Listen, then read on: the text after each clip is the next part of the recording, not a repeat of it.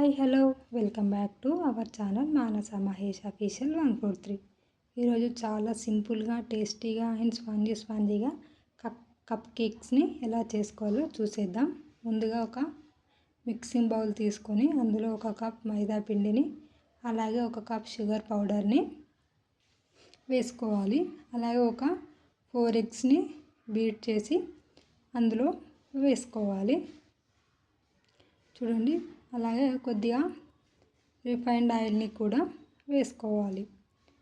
చిటికెడంతా ఉప్పుని కూడా వేసుకోవాలి. అలాగే యాలకుల పొడిని, అదే ఇలాచీ ఫ్లేవర్ని యాడ్ చేసుకుంటున్నాను నేనైతే.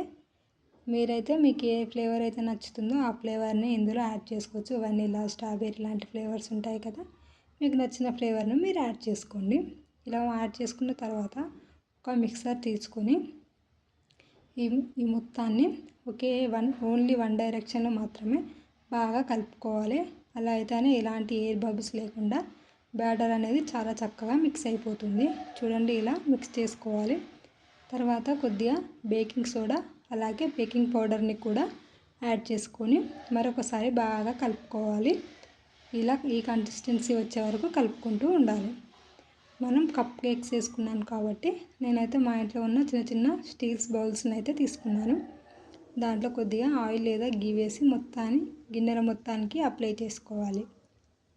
అలాగే మైదా పిండితోటి దీన్ని మొత్తాన్ని డస్ట్ చేసుకోవాలి.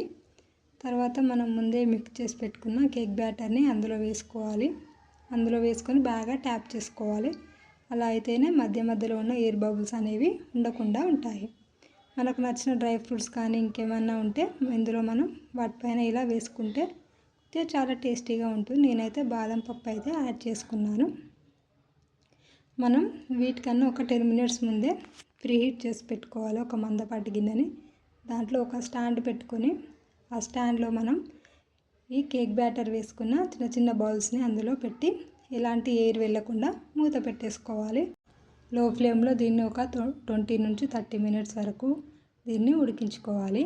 దీన్ని ఇలా కుక్ చేసుకున్న తర్వాత ఇవి పర్ఫెక్ట్గా కుక్ అయినా లేవా అని ఇలా తెలుసుకోవాలంటే ఒక టూత్పిక్ లేదా ఒక నైఫ్ని తీసుకొని అందులో స్టిక్ చేసినప్పుడు మనం అందులో ఎలాంటి తడి అనేది మన స్టిక్ అంటకుండా ఉంటే పర్ఫెక్ట్గా బేక్ అయినట్టు అన్నమాట. సో ఆ గిన్నెల్ని బయటికి తీసేసుకోవాలి. చూడండి ఎంత పర్ఫెక్ట్గా వచ్చాయో మన కేక్స్.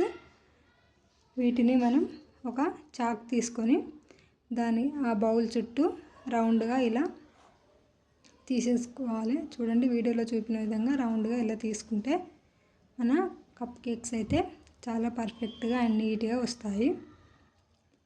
ఇలా మొత్తాన్ని అన్ని కప్స్ని కూడా ఇలా తీసుకొని పక్కన పెట్టుకోవాలి. చూడండి ఎంత పర్ఫెక్ట్గా వచ్చాయో. షేప్ అనేది చాలా స్పాంజీగా వచ్చాయి. చూడండి, వీడియోలో చూపిస్తున్న కదా ఎంత స్పాంజీగా ఎంత పర్ఫెక్ట్గా వచ్చాయో. మీరు కూడా తప్పకుండా ట్రై చేయండి. సేమ్ బేకరీలో కేక్ లాగానే వచ్చిందనమాట. వీడియో కనుక నచ్చినట్లయితే like, share and subscribe to our channel.